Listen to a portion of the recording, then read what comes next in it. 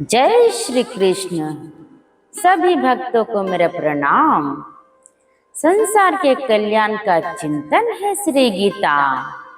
बड़ी ही पावनी और पुनीत है गीता। असत्य पर सत्य की जीत है गीता। कर्म के परिणाम का ज्ञान है गीता। धर्म सनातन का प्राण है गीता। समस्त संसार का रहस्य गीता। सभी मित्रों को जय श्री कृष्ण।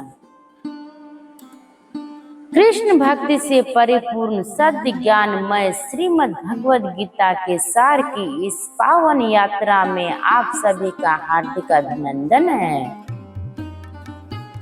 जय श्री कृष्ण। श्रीमद् भगवद गीता आज से लगभग 5000 वर्ष पूर्व भगवान श्री कृष्ण द्वारा अर्जुन को दिया गया वह ज्ञान है जिसका अनुकरण करने से सभी का कल्याण होता है। इस पावन ग्रंथ के सभी श्लोकों को महर्षि वेद व्यास जी के श्रीमुख से सुनकर भगवान श्री गणेश जी ने लिखा है। महाभारत में कुरुक्षेत्र के मैदान में युद्ध से पहले कृष्ण और अर्जुन के बीच मध्य के संवेदों को देव भाषा संस्कृत के 700 श्लोकों सहित 18 अध्याय में विभाजित करके प्रस्तुत किया गया है। उन्हीं सब श्लोकों का विशुद्ध संकलन श्रीमद् भगवद गीता कहलाता है। हमारे साथ जो भी घटित हुआ है या होने वाला है वे सब करने कराने वाला भगवान श्री कृष्ण है। हम तो निमित्त मात्र हैं। जय श्री कृष्ण। श्रीमद् भगवद गीता अध्याय 1 श्लोक नंबर 13। दूसरी ओर से श्वेत घोड़ों द्वारा खींचे जाने वाले विशाल रथ पर आसीन कृष्ण तथा अर्जुन ने अपने अपने दिव्य शंख बजाए।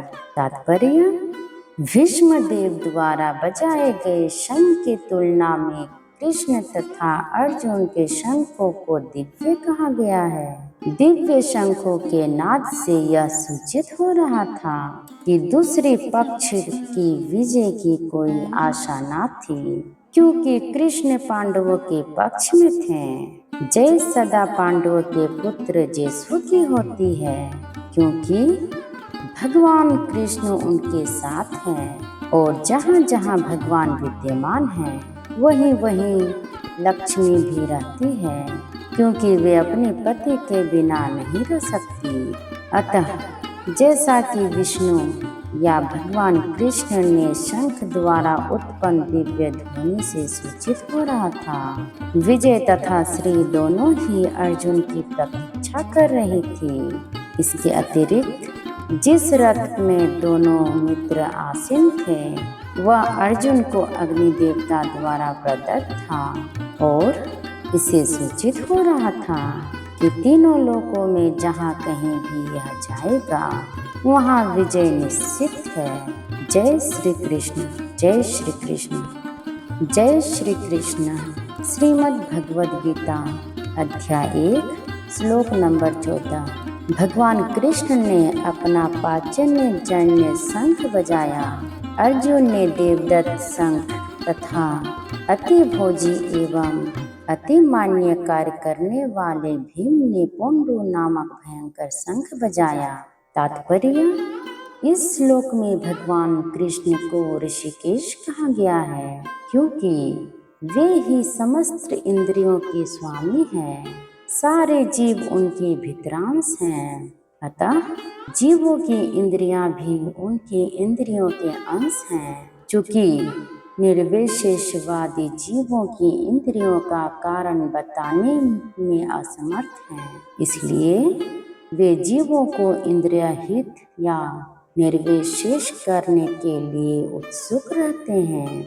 भगवान समस्त जीवों के हृदयों में स्थित होकर उनकी इंद्रियों का निर्देशन करते हैं, किंतु वे इस तरह निर्देशन करते हैं कि जीव उनकी शरण ग्रहण कर लें और विशुद्ध भक्त की इंद्रियों का तो वे प्रत्यक्ष निर्देशन करते हैं।